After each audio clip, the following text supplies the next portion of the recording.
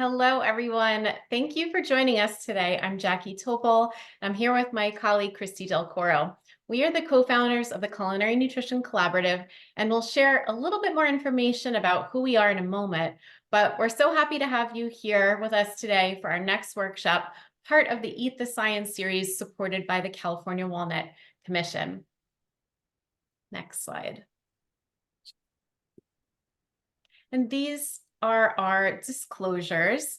This workshop is funded by the California Walnut Commission. The Culinary Nutrition Collaborative does not have any other relevant disclosures at this time.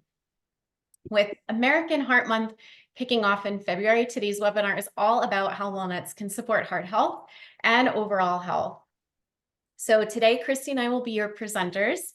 We are both registered dietitians and culinary nutritionists. We founded the Culinary Nutrition Collaborative as a platform to offer continuing education that's really culinary focused and translates the nutrition science in the kitchen. We started with our first annual conference in 2017, and we've grown to offering primarily virtual events year-round to thousands of dietitians nationwide. We have 2 annual conferences, one of which is our Global Cuisine series, which actually starts tomorrow, and registration is still open. So if you're interested in learning more details about our Global Cuisine series and the different speakers and cuisines that we're going to be featuring, you can head to our website at culinarynutritioncollaborative.com/events. And then we also have our annual Culinary Nutrition Conference, which is held in the summer. We also have various ongoing events throughout the year with different partners. We're so proud to have partnered with the California Walnut Commission on the Eat the Science series because it's really just such a natural fit for the work that we love to do. And we love showcasing whole foods that you can cook with in creative ways in the kitchen. And we also want to make sure that dietitians are really up to date on all the new science so you can communicate that information with your respective audiences. So before we get started, just some brief housekeeping notes.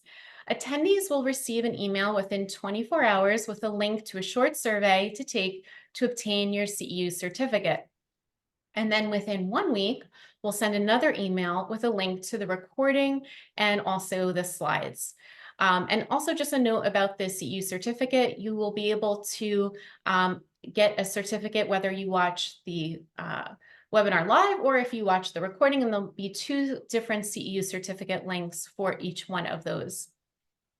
Make sure that you stay muted for the entire webinar. And if you have any questions, just drop them in the chat box and we will get to them when we're able to. And today we're going to be running 2 contests. Any post in an Instagram story, post, or reel of one of the recipes from today gives you an opportunity to win a heart-shaped stoneware baking dish, which you're going to see in real life in a moment. And this unique Eat the Science apron that I'm wearing and Christy is wearing as well, and some walnut samples from our sponsor, California Walnuts. You have until Monday, February 12th to enter, and be sure to tag us at Culinary Nutrition Collab and CA Walnuts. That's the California Walnuts account, and include the hashtag Eat the Science. We'll include these details in the chat box so you can reference them. And plus, throughout today's workshop, we'll be including some fun polls. So when you engage with them, and we'll let you know when we're dropping them into the chat box, you'll be entered into a raffle for some additional goodies from California Walnuts. So now we're going to begin the educational portion of our webinar. And here are our learning objectives. We are going to be identifying key nutrients in walnuts that support heart health. We're going to review the latest walnut health research associated with heart health benefits. And then later in our cooking demo, we're going to be demonstrating how walnuts can be a versatile cooking ingredient that can be used in meals and snacks to support heart health, which extends to whole body health for all life stages. Walnuts really have a rich history and legacy as a food to help support heart health. And just this past year, walnuts hit a milestone with 3 decades of research supporting walnut consumption and heart health benefits. The first paper was published in the New England Journal of Medicine in 1993. The paper was a 6-year follow-up study that found frequent consumption of walnuts was associated with a reduced risk of ischemic heart disease in otherwise healthy men. Just hold on. And this study laid the foundation for more than 60 heart health papers to publish demonstrating the benefits of daily walnut consumption, including over 300,000 human subjects.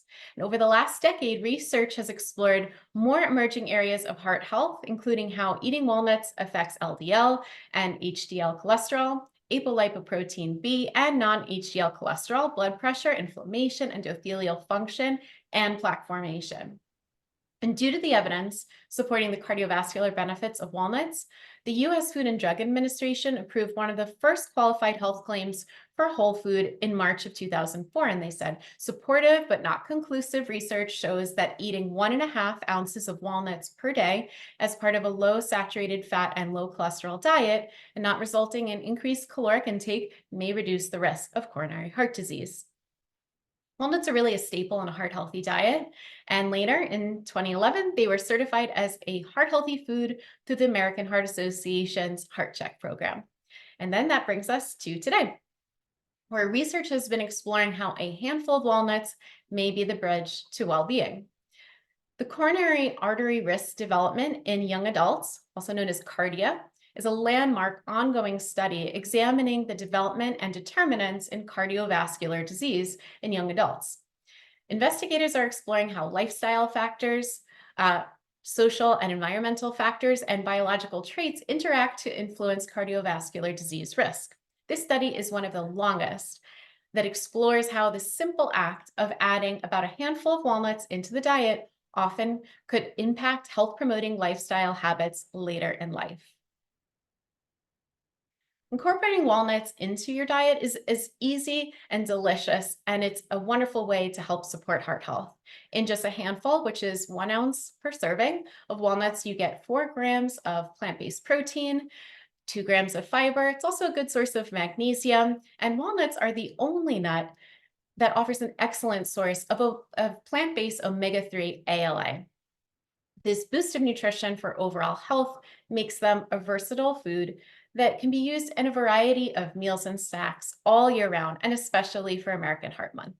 And what's more, newer research has shown that a handful of walnuts is the bridge not only to heart health, but many other positive lifestyle improvements, including improved diet quality and overall intake of important nutrients for well-being.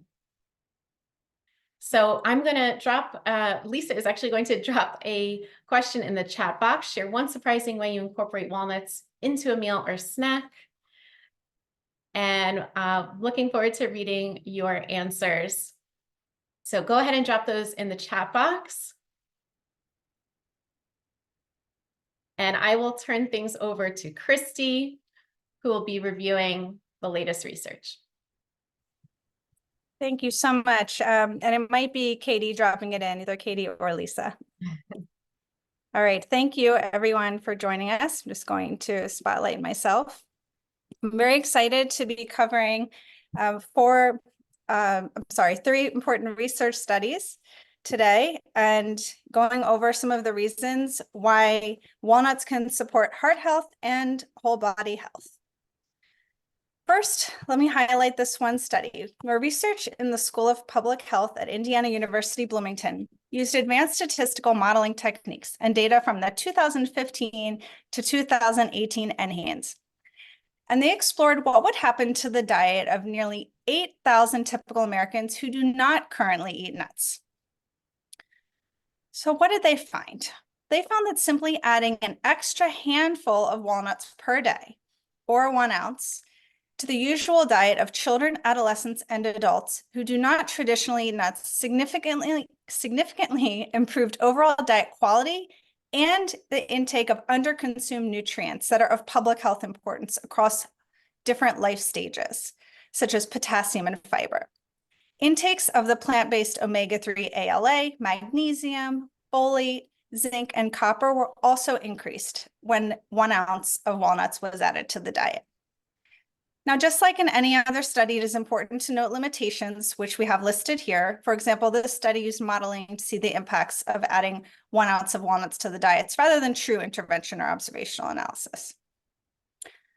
Soon we'll be demoing 2 unique walnut recipes, one of which utilizes walnuts in place of a traditional meat-forward recipe. Jackie's going to be demonstrating a pasta bake and doing her take on a bolognese, but a plant-based version.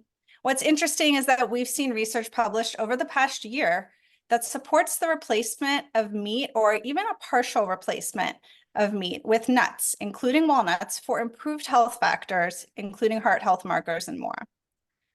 A new study from the same researchers at the School of Public Health at University of Indiana Bloomington examined the potential nutrient intake and diet quality benefits of replacing some meat in the diet with walnuts. The researchers used data from the 2015 to 2018 NHANES, again, with a focus on non-nut consumers. And these consumers included nearly 3,000 children and adolescents and approximately 5,000 adults to model the nutrient intake of the US population with and without walnuts. Researchers used a dose escalating manner to replace meat with walnuts. So specifically, they looked at 1.5, half, 1.5, and 2 ounces of walnuts per day, replacing 1, 2, 3, and 4 ounces of meat. It was found that incorporating walnuts into the diet improved the overall nutrient profile, including increasing intake of omega-3 fatty acids, fiber, and several vitamins and minerals, with significant decreases in cholesterol. Notably, the study found that replacing just 1 to 1.5 ounces of meat with walnuts may improve the dietary intake of some nutrients, such as dietary fiber, magnesium, and those good polyunsaturated fatty acids like omega-3 ALA, and may decrease the intake of cholesterol among the US population.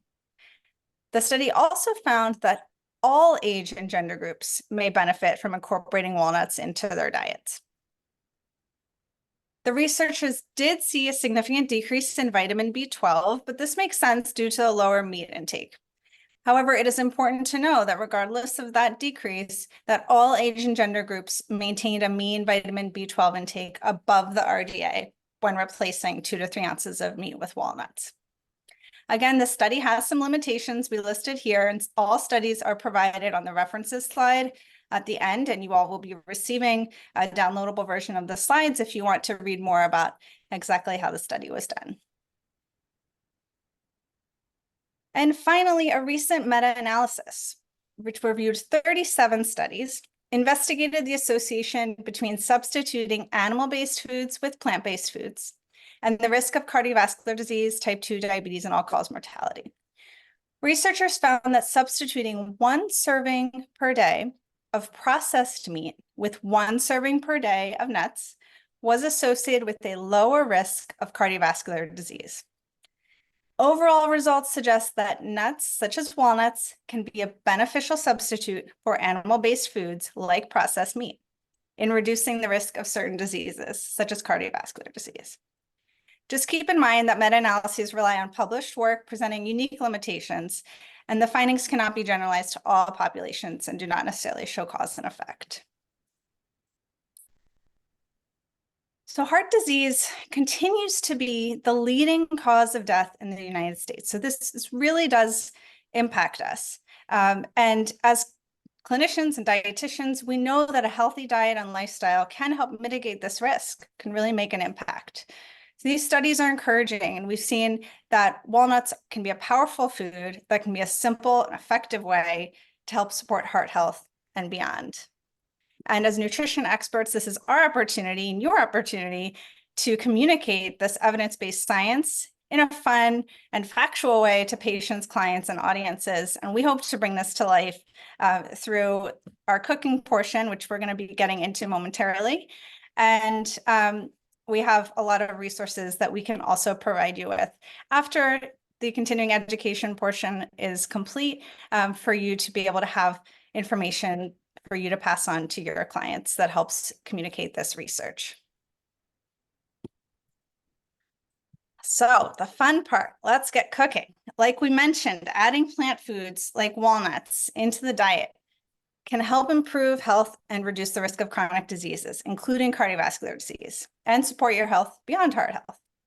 So today we'll be showcasing 2 recipes, as I mentioned, on how to bring this research to life for your patients, clients, and audiences, and for yourself. We want to think about eating walnuts today, not just for snacking or not previous Eat Science webinars. We focused a lot on entrees and dinner meals. Today, we're looking at all kinds of meal occasions and not just snacks. So we wanted to bring a recipe to life for breakfast or brunch, or this is also great for meal prep. These are our walnut and oat crusted veggie egg cups. And this is actually a recipe by a colleague, a fellow RD, Beth Stark. And we just thought this was a fabulous way of showcasing walnuts in a different way that people might not necessarily typically think of. So that's our first recipe, which I'll be leading off with. And then our second one is a vegetable walnut pasta bake that Jackie has created and is going to be demonstrating. And this is a take on really like a one-pot meal, family style meal that can be served and using walnuts as a meat replacement. And if you joined us for our first Eat the Science workshop of the second season, sorry, Lisa, I'm just going back to that slide. You might also recall that one of the trends for 2024 as predicted by Whole Foods is put the plant back in plant-based, emphasizing the comeback of actual plants in plant-based food. So this second recipe today is also going to bring that trend to life. All right, now we can go into the veggie egg cups. I'll walk you through and then I will get into the recipe. So if you're cooking along with us, you can start to get everything ready for these. So this is going to take a regular like muffin tin. We're going to make some kind of egg bites in here. But what's unique about these is that we're creating a walnut and oat crust that's going to go on the bottom of the egg, the muffin tin. And then we're going to pour kind of like a frittata mixture into this pre-baked crust. So I'm going to show you different stages of it. We're going to do a little like magic cooking show action here while I have some stuff already prepped and finished. And then we'll show you the process and bring it to life. And this is really versatile. You can choose different vegetables. You can get creative with the fillings. You can prep this ahead of time and freeze them, have them in the fridge. Like when I made them, I just kind of snacked on them all week. So this is really great family-friendly recipe that can be something else that's also great for meal prep any time of day. So we can stop sharing and then I'll go into the recipe. So you're going to see some of my face, some of the food processor I have next to me, and then I'll move the camera down a little bit if I'm doing anything on my workspace so that you can see. And if anyone has any trouble seeing what I'm doing or wants me to repeat anything, feel free to put it in the chat box. Okay, so the first thing that we're going to do is I have my food processor here and we're going to make the crust. So we preheat our oven to 350 and I'm going to take 1.5 cups of old-fashioned oats. And the first thing is we're going to make an oat flour. Of course, you could buy oat flour, but what's the fun in that? We're going to make it ourselves. So Zoom's going to mute me for a moment while I run the food processor. And I believe we're going to have another question in the chat box. If you can verbalize that and share that while I'm blending this up.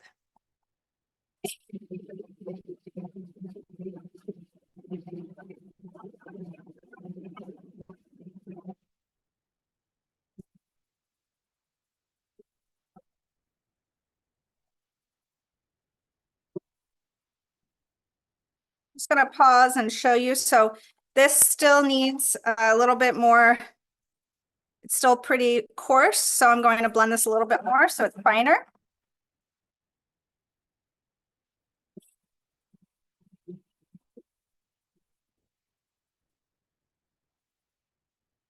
Okay, now I have this blended and I'm going to add 3/4 cup of our California walnuts and continue blending until we get a fine ground walnut and oat flour.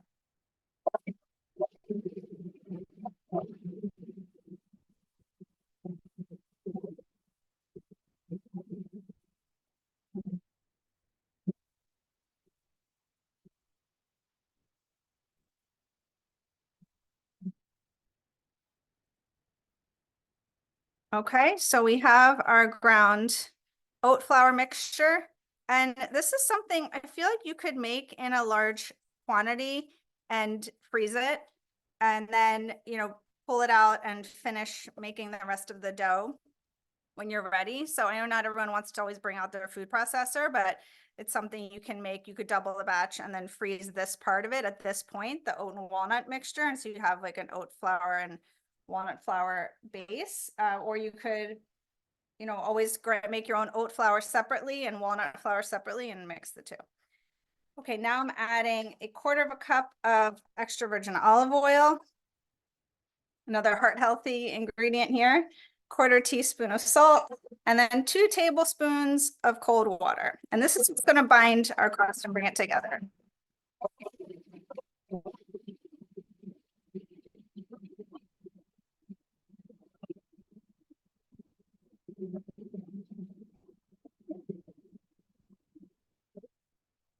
Scraped, so it's starting to become formed. Good dough. I'm just going to scrape down the sides a little bit. Oh, grab my spatula.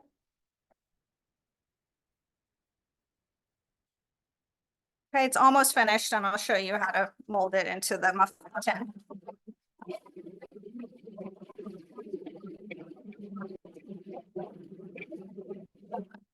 Okay, so now I'm going to show you how to put this into our muffin tin and what it should look like. So here, this is a brand new nonstick pan, so it's very nonstick right now. If yours is not so nonstick, spray it with some cooking spray. It doesn't hurt to spray it with cooking spray anyway, but I didn't have to for this one just because it's brand new and fully nonstick. Okay, so now I'm going to I like to wet my hands a tiny bit before dealing with this dough because it gets a little sticky, or you could brush a little oil on them. You can do this with a spoon or your hands. I'm just kind of one of those people. I like to work with my hands and feel the dough. So you put about 1 tablespoon and 1/4 in here like so, and press down, and then a little bit up the sides. So you don't want it to be too thick,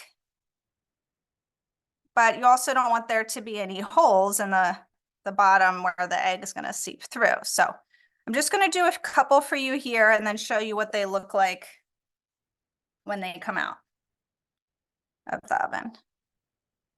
So these are going to bake in the preheated oven for about 25 minutes. And that's par baking your crust. So it just goes up on the sides like this. Okay, can everyone see that? So you finish doing all of these. The recipe makes 12, so it would fill this whole tray. And then we bake those for 25 minutes. Are there any questions that have come in yet? I'll show you what it looks like when they come out.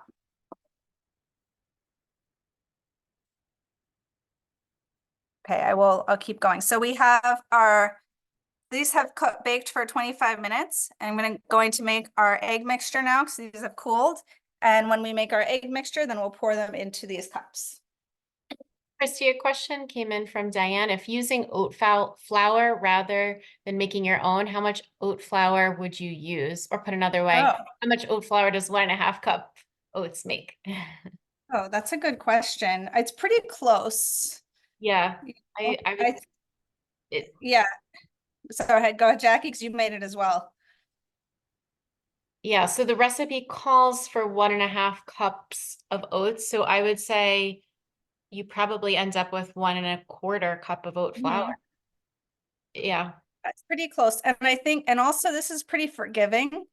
So if it's a little too much oat flour, you could just, add a little bit more oil and water. So you're not going to mess anything up if you eyeball things a little bit with this. What's nice about this recipe is that it's certified by the American Heart Association. It has the check mark on it. So, if you're really paying attention to the nutrient analysis based on that. We want to make sure we get, the right amount of walnuts in, and, the ratios of oil and everything. But otherwise, from a culinary standpoint, the recipe is pretty forgiving. So now I have, in a separate bowl, I've got 9 eggs here. And I'm going to whisk this up. And I'm going to add some garlic powder. Just make a little space for myself here. So I have half a teaspoon of garlic powder, 1 teaspoon of dried oregano, 1 tablespoon of stone ground Dijon mustard, which I love. I never really think about putting mustard in eggs, and Beth, who wrote this recipe, added it, and I really love it. So I'm going to start doing that now. So we whisk, gently whisk so that you don't get oregano all over the place like I just did. So gently whisk this together. And you can add, go ahead, Jackie. Somebody asked if they could sub tofu for the eggs, and we haven't tested it. I think it might work. I think something like an egg replacer, like Just Egg or something, would definitely work, but I'm not sure with like maybe a soft tofu. I think it could work. What do you think? Yeah, I think you can really get creative with the fillings here. And think about anything you would use in like a quiche, or to replace a quiche or a frittata. It's the same principle. And I was going to say, you can use any different type of seasoning. You could use Italian seasoning. You could use dill in here, dried basil, different kinds of cheeses. So here I have a cup of chopped baby spinach and 1 small red bell pepper diced, and then 3/4 a cup of extra sharp cheddar cheese. Feta would be great in here, shredded mozzarella,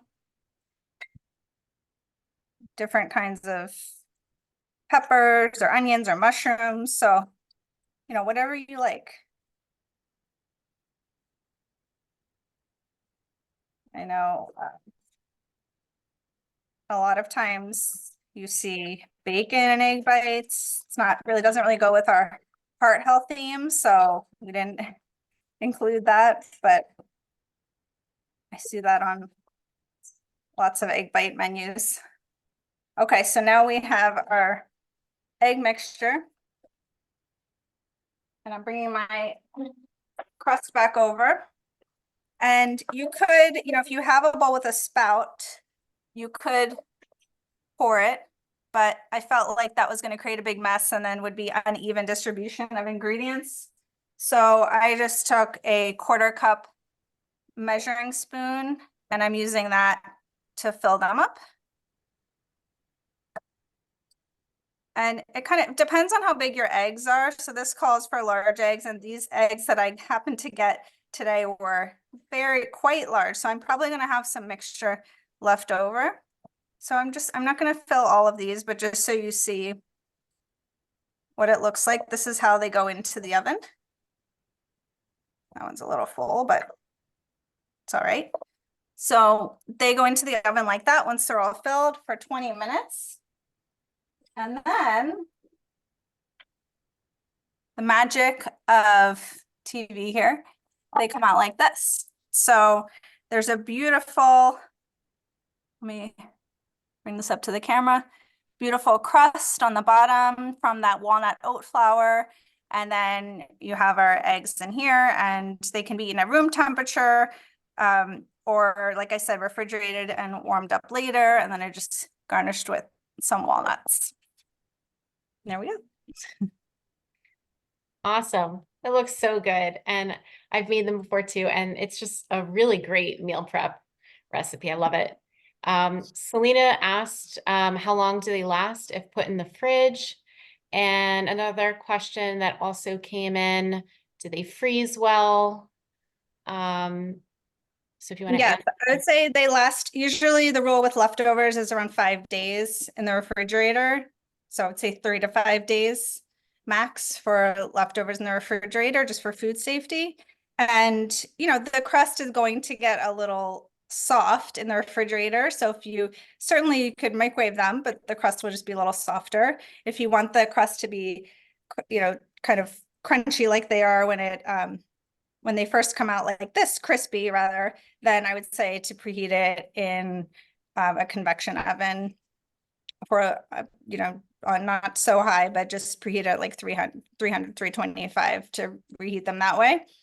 And in the freezer, I haven't done it yet with these, but I don't see why it wouldn't work because we know egg bites generally without the crust can freeze and crust freeze as well like this. So I would definitely encourage freezing it. I don't see why it wouldn't work, and just thaw it, in the refrigerator or reheat it in the oven. And you could certainly even like add walnuts into this or add some other, serve it with like a walnut pesto. I think someone might have even suggested pesto in the, oh, maybe that's how someone likes to eat walnuts, using in a pesto. But you could serve it, with other walnut dips or toppings along with this. Was there any other questions before we hand it over to Jackie? Oh, and as far as tips that are listed here at the bottom, you could, as I mentioned, get creative with the vegetables, change this with seasonal items.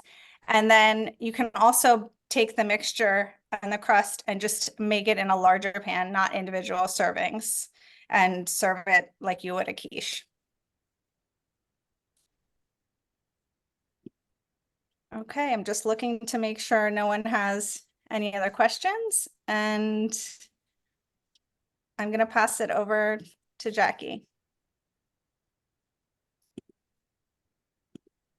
hello everyone. So I'm going to show you how to make this delicious vegetable walnut pasta bake. And we came up with this recipe because during our last webinar, we asked you if there were any recipes that you were really interested in. And overwhelmingly, the response was easy recipes and pasta recipes. So we came up with this recipe that is really easy to put together. You're going to see how I throw it together in just a few minutes. So let's get started. So first, I'm just going to walk you through all the ingredients real quick. If you can just go back to the last slide real quick. So we have a pound of pasta of choice. So this is great because if, let's say, you're working with clients who have diabetes and you want to use a higher fiber pasta, go for it. That's totally fine. If you have a client who has celiac disease and you need a gluten-free pasta, totally fine. This will work. So use whatever pasta you like. I'm using a regular pasta today, but use whatever you like. Then we're going to be using 8 ounces of California walnuts, 8 ounces of baby bella mushrooms. We're going to also use some low sodium marinara sauce. So we're using low sodium to keep this recipe heart healthy, just being mindful of the salt content. But if, let's say, you are not, salt is not a concern for you, you could absolutely use regular marinara sauce, but then I would omit the table salt that's also in the recipe. And then we're also going to be using an onion, some garlic, some kale for some additional nutrients and fiber. And then for our seasoning, we're using Italian seasoning, which is a blend of different herbs. And then just a little bit of salt, just because we need a little bit of flavor. And then nutritional yeast, which is an ingredient that you guys might not be familiar with, but it is one of my favorite secret weapons for plant-based recipes. It is packed with B vitamins and it's totally plant-based, but it has this cheesy flavor, almost like Parmesan. So we're going to be using that. And then olive oil just to coat the pan. And then lastly, some frozen peas for some additional fiber and protein, and then some vegan mozzarella cheese. But again, if you're not following a plant-based or a dairy-free diet, you could absolutely use regular mozzarella cheese, and that's totally fine. Okay, so on the next slide, you'll see the directions. You should have all received the recipe cards, but we'll be sending them out again when we send you ce l'hanno. Oops, somebody, it's off mute. Okay, and then I'm going to get into my cooking demo. Okay, so Christy, perfect. All right, so I have my pasta already cooked, and I'm going to start to make my sauce. So we're making this bolognese-like sauce using walnuts and mushrooms. So we're using 8 ounces of mushrooms. The recipe makes 8 servings, and I'm using 8 ounces of walnuts, and that way each serving has that therapeutic dose of walnuts. So I'm going to put in the walnuts into my food processor. Okay. And I'm also going to put in my baby bella mushrooms. You could totally use white button mushrooms too, but I think baby bella mushrooms have a lot more flavor. I just cut them in half just to make it a little bit easier on my food processor. And we're just going to pulse this very quickly. And while I do that, Katie is going to drop another question in the chat box if you'd like to participate.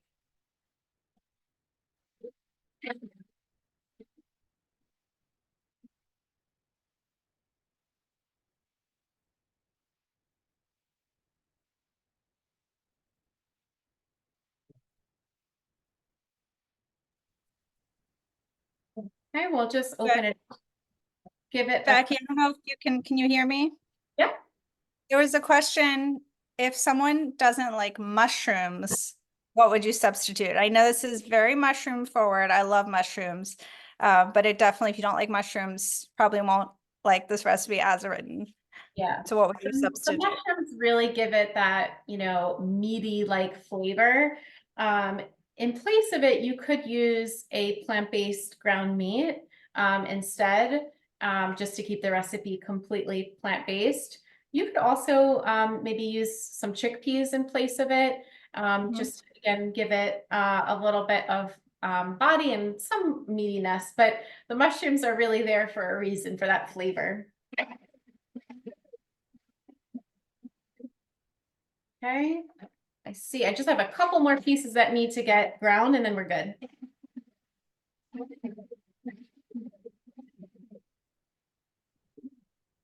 There was also a question about substituting with nutritional yeast, and certainly grated Parmesan would work if you're not going completely plant-based. It's just a unique umami forward plant-based alternative to cheese. So, And then the other benefit too is that there's no saturated fat in the nutritional yeast too. So it's another reason to use it for a heart healthy recipe.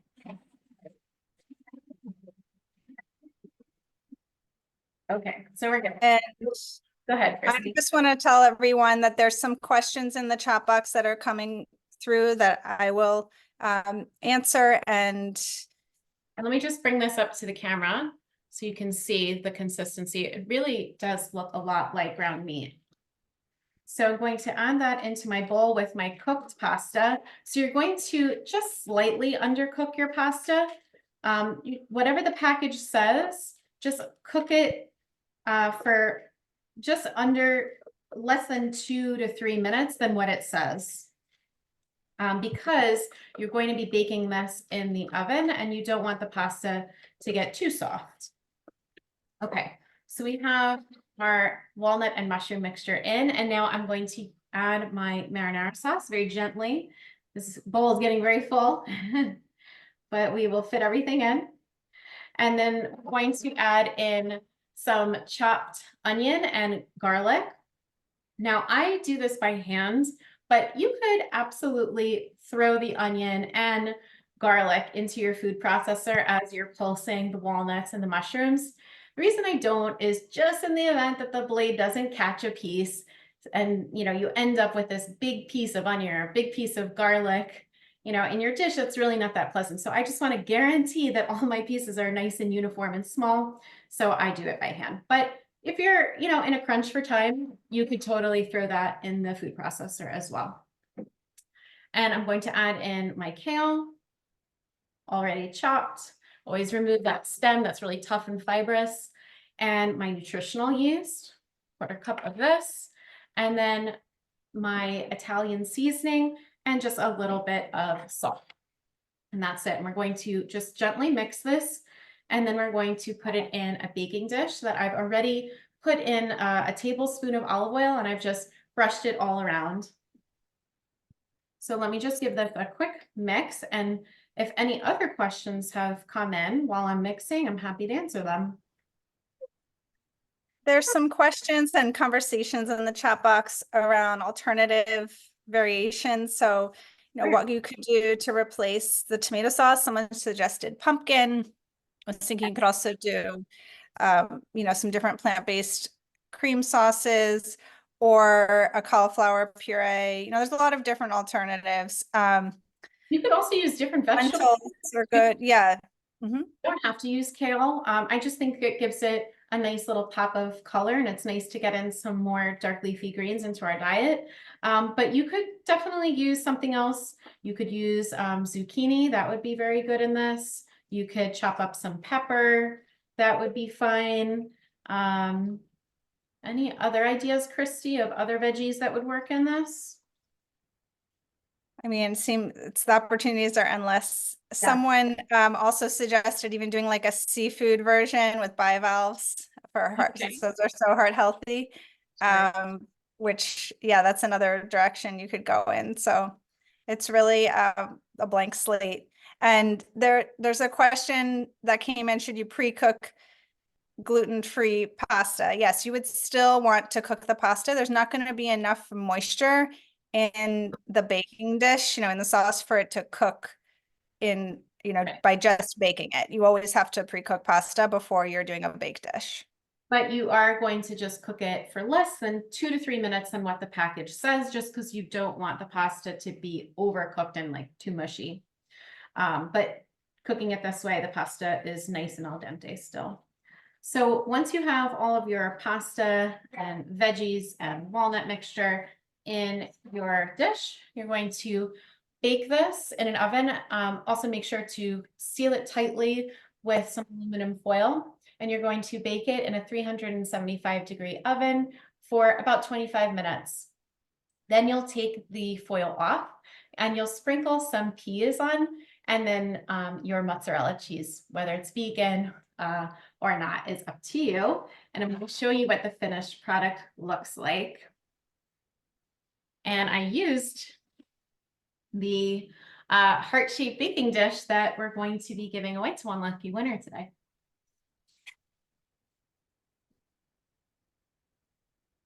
So here is the finished product.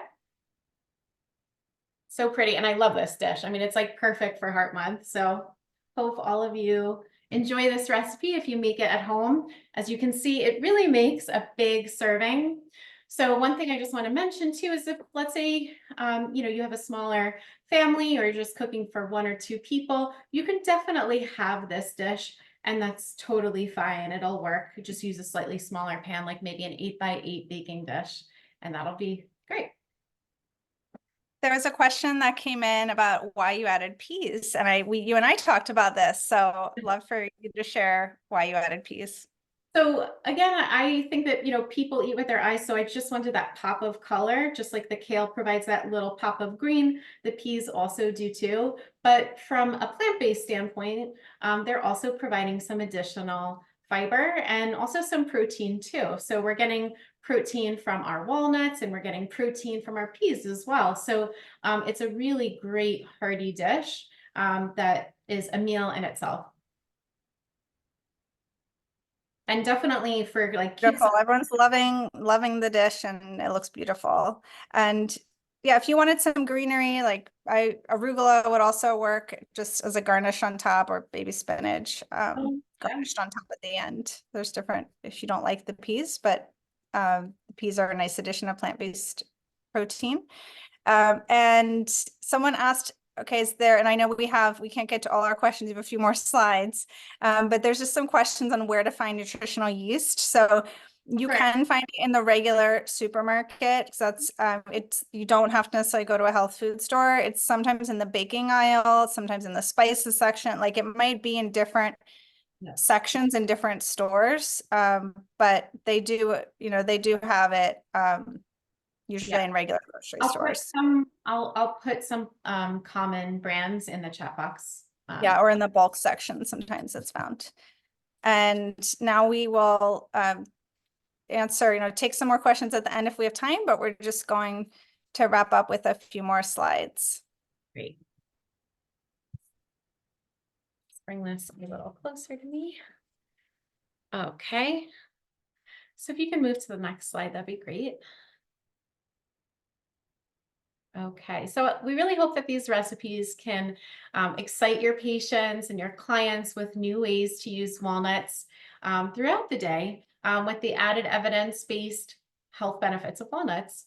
And we know as nutrition experts that there is a lot of nutrition noise out there and on the news and also on social media. And as dietitians, we really have the opportunity to communicate the real evidence-based science to our patients, clients, and audiences. So here are just a few examples of how you can use the research and the recipes and other content that we shared today with your audiences, whether you work in a clinical setting or if you're a supermarket dietitian or a sports dietitian. So you can hopefully use a lot of this information wherever you work. So this brings us to the end of our CE activity. We just want to share some additional resources with you before we go. So on the walnuts.org website, they have some excellent heart health resources. There is a walnut and heart health research summary that's available. And also there are American Heart Association Heart Check Mark certified recipes that you can search for. They have lots and lots of wonderful recipes that you can access. So definitely check those out. And there's also lots of other resources on the walnuts.org website besides recipes. They have great ideas for swaps. There's the Produce for Better Health Plant Forward Eating Guide that is available. There's a whole health professionals and media resources section. So definitely check that out. And there's also a Have a Plant Hacks with Walnuts, which we love too. So be sure to check that out later. So before we take some questions, we just want to thank everyone for joining us today, and be sure to save the date for our third workshop part of this series, which is on Wednesday, May 1st at 1 p.m. Eastern Time. So to view past workshop recordings, you can also visit the Eat the Science landing page at walnuts.org/eat-the-science. And you're now on our mailing list, so you'll receive the latest updates and future dates and times for additional Eat the Science workshops.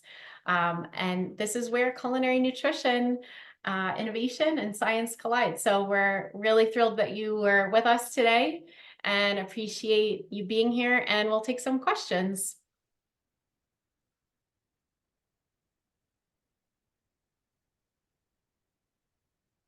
Great. I'm answering some in the chat box that are just about like my brand of food processor and some questions like that that came in. But let me go through to make sure there aren't any other ones that would be relevant to everybody. We have, so there's some questions about whether you'll get the slides. Yes, you'll get the slides along with the recording when we send this out, in the next week. We'd love to see your versions of these recipes. So if you make these after you've seen them, please share them with us either by email or on social media. And you'll receive your certificate of attendance, your CEU certificate for when you fill out a survey from us. And there will be two options to download the live certificate for attending live or viewing the recording. So you can get certificates for both. Did I mix any?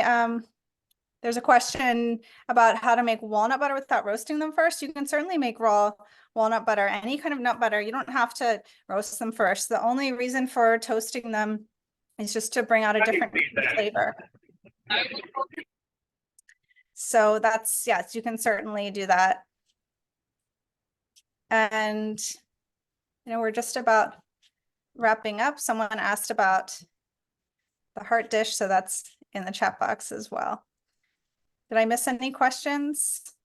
The link to previous Eat the Science recipes and webinars, as Jackie shared that on the last slide. So if you missed that, that will be coming out in the email as well. And Christy asked, walnuts and cognitive health, any positive research? Yes, plenty. And you can find lots of resources on the walnuts.org website. And we also have a past Eat the Science webinar all about it. So definitely check that out. And were any of the recipes priced out and compared to typical made recipes? We haven't done that, but that's a great idea. We can certainly think about doing that next time. And we really do take your feedback into consideration as we're planning our next webinar. So don't hesitate to share any thoughts about recipes you're looking for, you know, things that you haven't seen from us that you'd like to see, topics you want to cover, you want covered. So please share as much as you want in the survey that we send out. We do read every single one. And I'm pleased to share that we did exceed 1,500 registrants. So we broke a record. We over 1,525 people registered and over 500 live. So really happy I expanded the Zoom room setting today before this meeting. So no one got locked out. And so happy, and thank you all for your support of our series, and we love sharing nutrition science in the kitchen with you.